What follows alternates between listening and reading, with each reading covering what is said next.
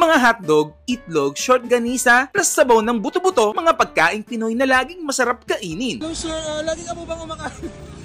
Lagi ka po bang kumakain dito? Actually, lagi ako nakain dito eh. Oo. Tuwing kailan? Ngayon lang. Ngayon lang? Hello po ate, ano pong tinitinda natin? Silog po. Silog po. Ito, ano po ito? Longganisa po. Longganisa, ito po. Itlog. Itlog. Maling at saka hotdog. Di po ba ito spam? Maling po. Maling. Ito is? Embutido. Embutido. Ito po? Ang Hungarian sauce. Hungarian. Anong brand po nito? Cannibal. Cannibal, okay. Baka naman. Ito po, ano po yung mga ano yan? Ito po rice. Rice, ito po. And sabaw po. Sabaw po, sige. Magkano po yung ano, pinakamura? 50 po. 54. 50. 50. Sige po, Rice and egg na po yun. Ano po? Rice and egg. Rice and egg lang. With hotdog, Hotdog. maling. Yun. Okay. Sige, gusto ko sana po yung overload. Overload po sana. Pag overload, depende po yun. Hindi po fried rice yung ano nyo, no? Minsan po meron. Minsan pag naubusan na agad, hindi Oo. kami nag-ano. Wala ka bang ano dyan? Chicken ng Jollibee? Jollibee. Meron po dyan sa Jollibee. Ay, sa kabila? Sa Jollibee po meron. Hungarian. Hungarian. Embutido. Ay, hindi. Wag na po yan. Ito na lang ako. Maling. Maling. At saka po ano pa? Tapos, itlog po. Itlog. Yan. Gusto ko po yung ganyan, yung malasado. Tapos, ito pong short ganisa. Yun. Tapos, may ano ba to? May libreng Sabaw po. free unlimited soft drinks? po. Wala. Wala po. Ano po yung sabaw nyo po dyan? Buto ng baka po. Puto ng baka. Di ba orthopedic to banda? Pwede naman po. Ha? Ito yung Joke. orthopedic. Mga buto. Mga, di ba ano yung mga inayos na buto? Hindi naman. Hindi naman. Pwede yung makahingi ng buto? Sige po, sige. Isang buto lang po. Buto ng baka. Ang lalaki po kasi. Lalaki, parang joints yan ah. Ayan po. Ayan, ayan. May bayad po yan. Magkano po yung ganyan? Wala naman po. May... Totoo po? Sige. Anong oras po pala ay nagbubukas po dito na 24 hours kami. 24 hours. Ano exact location nyo po? Orthopedic. Orthopedic. Okay, sakto. Bulalo. Sige. Thank you po. Magkano po pala lahat to? Wait lang. 140 po. 140 po. Ayan, sige. Thank you po. Tikman na natin to. Ito talaga yung masarap na pagkain ng mga Pinoy eh. Di ba? Opo. Ayan oh. Uy. So yan, titikman na natin yung masasarap na silog meal dito ni Nanay sa may tapat ng Orthopedic Banawe. Kaya pala masarap yung bulalo nyo dito ha. Malasa, busog-lusog. Yan, for only 140 pesos to. Siyempre, masarap to ka-partner ng Grain Smart Rice Coffee. Ito lang naman yung kapeng hindi ka maaasid dahil ito yung kapeng gawa sa brown rice. Kung nagda-diet ka at nagpapababa ng low calorie, mababa ang calorie nito kasi 52 calorie lang siya per sachet. Tapos decaffeinated siya. Kaya kahit gabi, bago matulog, pwede kang magkape kasi nga, yun, decaffeinated siya. So ma-available to sa lahat ng online selling apps. Mag-message kayo sa page ko o kaya mag-message kayo sa page ng Grain Smart Rice Coffee. Sabawan natin yan, masarap. Yun, buto. Ayan o. Shish. Yung bone marrow.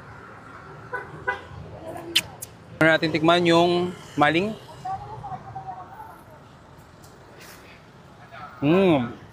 Itlog.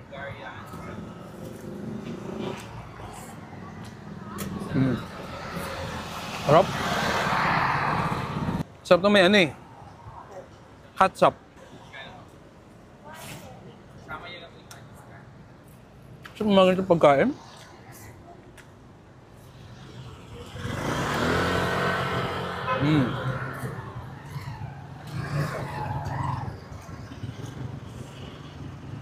Napamukbang na ako.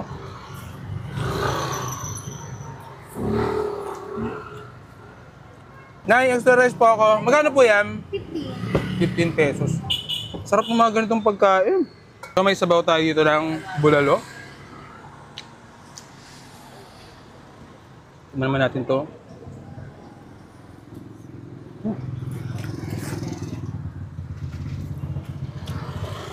Pagkain Pinoy. Tapos na street lang.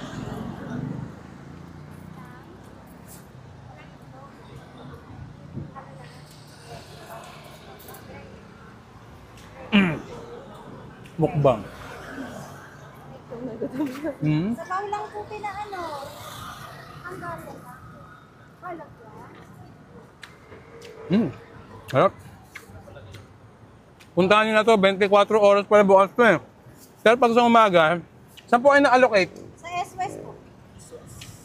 Sa S-West po sila naka-allocate pag umaga. Ano, sa may Enro House. Basta yung location nila dito, tapat ng orthopedic Banawe, tapos Jollibee.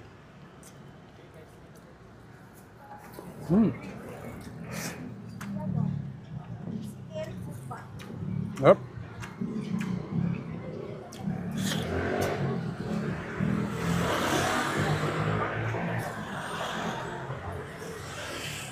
Yep.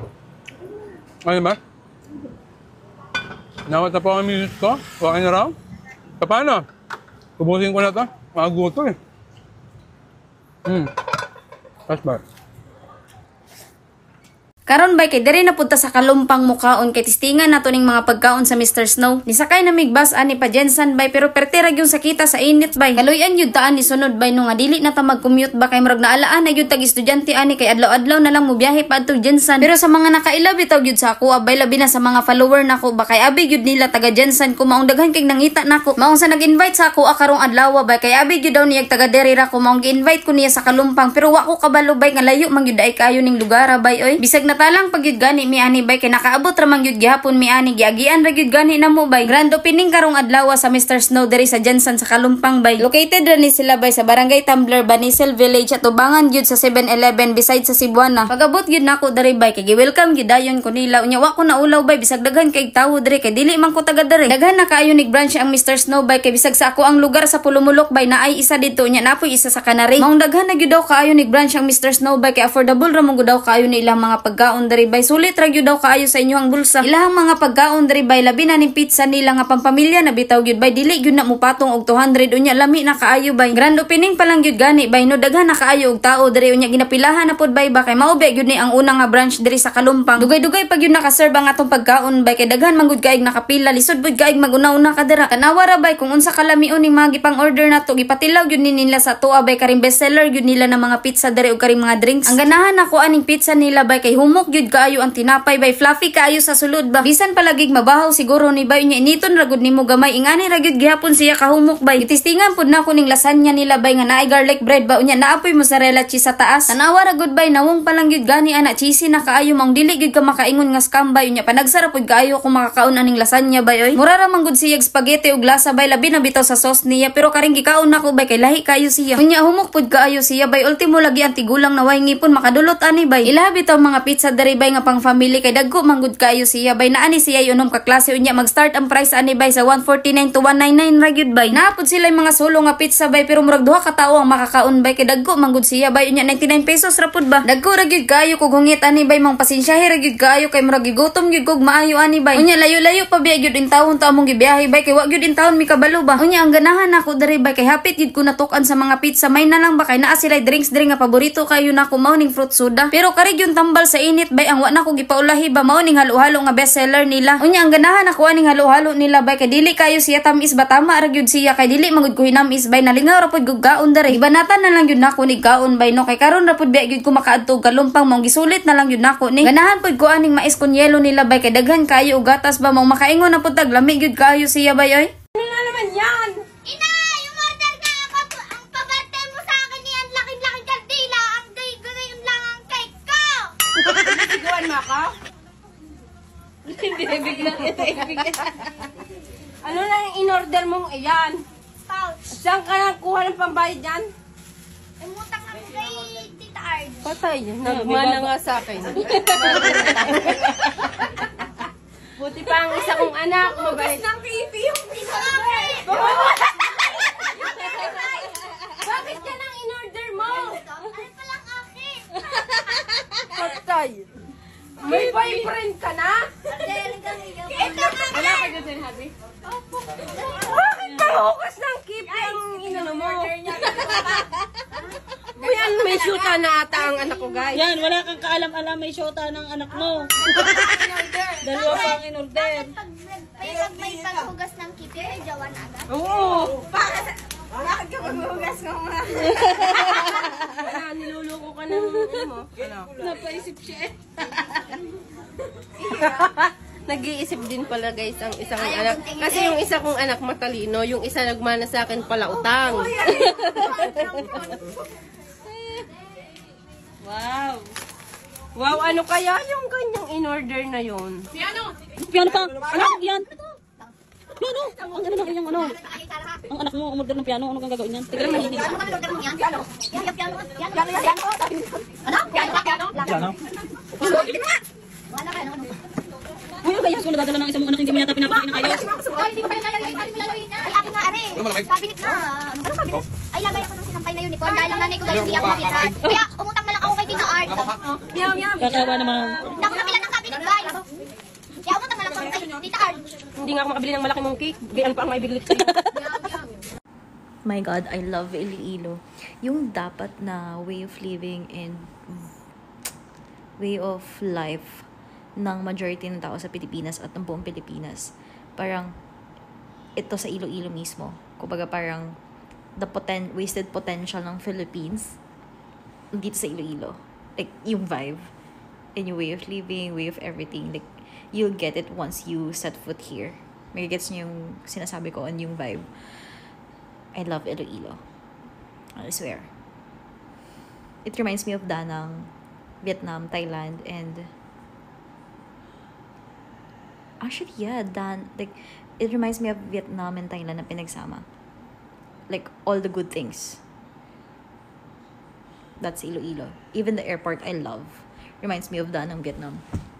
Oh my God, I love Iloilo. Sabi niya dito, sige na please Ate Thea, isang 2-piece lang para sa birthday ko. Regalo mo na sa akin. Sige, saan po yung ano mo? Yung shipping address mo at papadalhan kita ng 2-piece at sana isuot mo siya ha. Ayan, picture ka na lang na suot-suot mo siya. Send mo sa akin sa IG. Ayan, pa-birthday ko sa'yo. Sige, bibilhan kita. Bibilhan kita ng 2-piece. Sabi niya kasi, isang 2-piece lang daw, pa-birthday daw sa kanya, regalo ko na daw sa kanya. Sige, bibigyan kita ng 2-piece. Basta, isasend mo sa akin na suot-suot mo ha. Para naman matuwa ako sa regalo ko sa'yo. Kainaman ka na.